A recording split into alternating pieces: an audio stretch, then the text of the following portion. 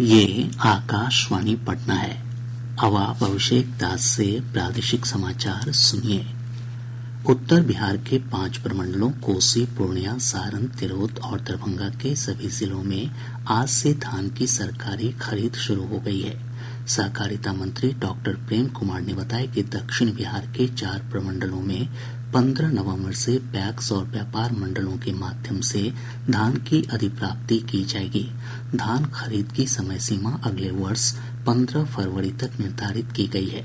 Doctor Kumar ने बताया कि इस बार 45 लाख टन धान खरीद का लक्ष्य रखा गया है। कृषि विभाग के पोर्टल पर निबंधित रैयत किसानों से अधिकतम 250 क्विंटल और गैर रैयत किसानों से अधिकतम 100 क्विंटल धान की खरीद की जाएगी।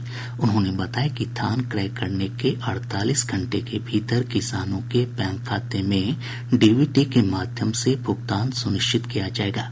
सहकारिता मंत्री ने बताया कि विभाग इस बार धान बेचने वाले किसानों को बोनस देने पर विचार कर रहा है। इधर मुख्यमंत्री नीतीश कुमार ने आज पटना में धान अधिप्राप्ति को लेकर सहकारिता विभाग के अधिकारियों के साथ उच्च स्तरीय समीक्षा बैठक की। श्री कुमार ने अधिकारियों को धान खरीद की प्रक्रिया सुगम बनाने, किसानों को तय समय सीमा के अंदर भुगतान सुनिश्चित करने और बिचौलियों पर नजर रखने के निर्देश दिए। केंद्र सरकार ने नमो ड्रोन दीदी योजना के संचालन संबंधी दिशा निर्देश जारी किए हैं। कृषि और किसान कल्याण मंत्रालय के दिशा निर्देशों के अनुसार योजना का संचालन केंद्रीय स्तर पर एक अधिकार प्राप्त समिति करेगी। इस समिति में कृषि और किसान कल्याण विभाग, ग्रामीण विकास विभाग और उर्वरक विभाग के सचिव शामिल होंगे।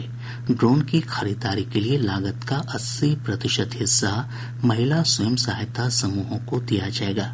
इस सहायता की अधिकतम राशि 8 लाख रुपए होगी। स्वयं सहायता समूहों के क्लस्टर स्तर के संगठन शेष राशि को राष्ट्रीय कृषि अवसंरचना वित्तीय सुविधा के अंतर्गत ऋण के रूप में जुटाएंगे। महिला स्वयं सहायता समूह के किसी एक सदस्य को ड्रोन पायलट के रूप में प्रशिक्षण दिया जाएगा। साथ ही कृषि पोषक तत्वों और कीटनाशकों के उपयोग का अलग से प्रशिक्षण दिया जाएगा।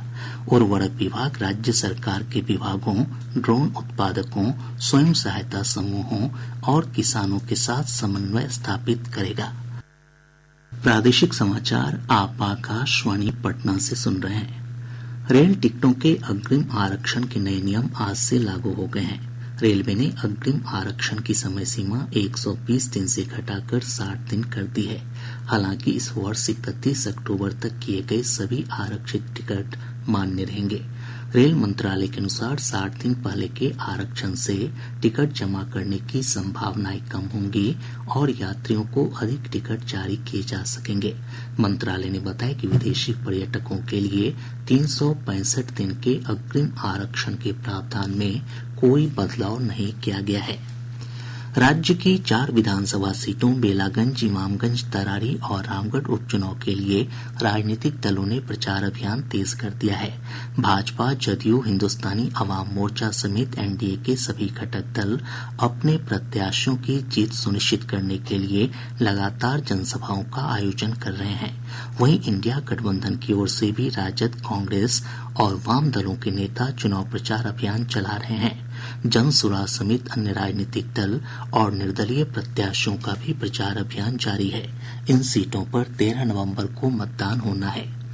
दीपावली के बाद राजधानी पटना समेत प्रदेश के सभी प्रमुख शहरों में वायु प्रदूषण का स्तर खतरनाक श्रेणी में पहुंच गया है। नेशनल एयर क्वालिटी इंडेक्स के अनुसार आज मुजफ्फरपुर की हवा सबसे अधिक प्रदूषित रही। यहां का AQI 348 दर्ज किया गया। वहीं हाजीपुर का AQI 322 और पटना का 306 दर्ज किया गया। इसके अलावा बेगूसराय का AQI 258, पूर्णिया का 245 और सहरसा का 232 दर्ज किया गया। इसके साथ ही आकाशवाणी पटना से प्रसारित प्रादेशिक समाचार का ये अंक समाप्त हुआ।